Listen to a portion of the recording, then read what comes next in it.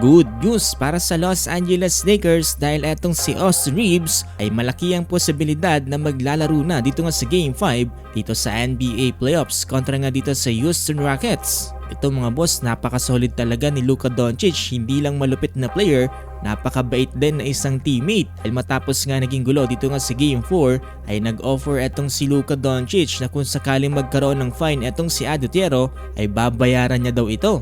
Hindi nyo palalagpasin ang video na to mga boss.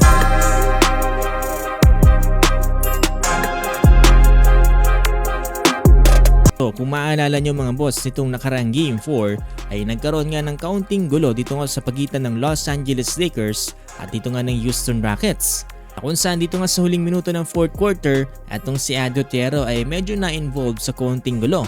Ilan nga dito sa pagkaka-eject niya dito sa game. Ito rin ang dahilan kung bakit nga kinumpronta ng ilang mga players sa ni Luke Kennard at Marcus Smart ang mga referees. Pero alam nyo ba mga boss no, na matapos ang game na yan, etong si Luka Doncic ay talagang napaka-solid na isang teammate.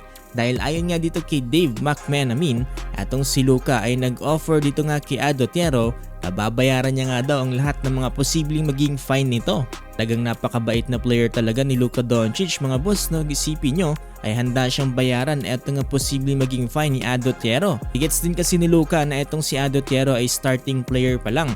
Kaya magiging mahirap din sa kanya kung sakaling magkaroon siya ng malaking fine. Pero thankfully mga boss ay hindi naman nagkaroon ng multa etong si Adotero. Pero may mga ilang players pa rin sa Los Angeles Lakers ang nagkaroon nga ng multa.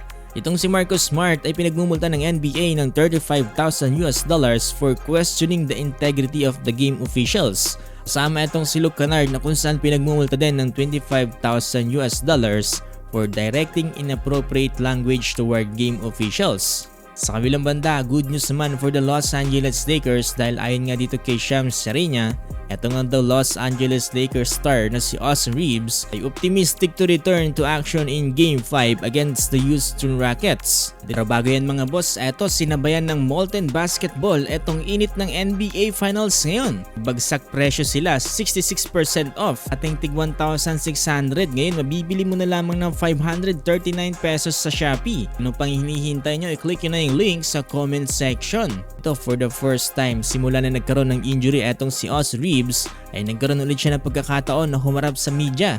At ayon kay Austin Reeves, ang kanyang pagbabalik sa Game 5 ay nakadepende kung ano nga ba daw ang kanyang mararamdaman bago nga ang laban. Pero ayon kay Austin Reeves ay talagang naging masaya nga daw siya dahil etong Los Angeles Lakers ay nagtatagumpay kahit wala siya at itong si Luka Doncic. At ito mga boss, mayroon din tayong mga ilang mga footage na itong si Austin Reeves ay nagkakaroon na ng mga drills kagaya na lamang ng shooting.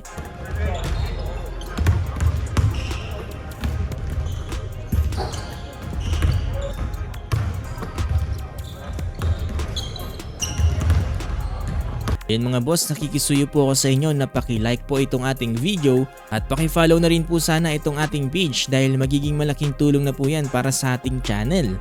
Maraming salamat po sa inyo mga boss.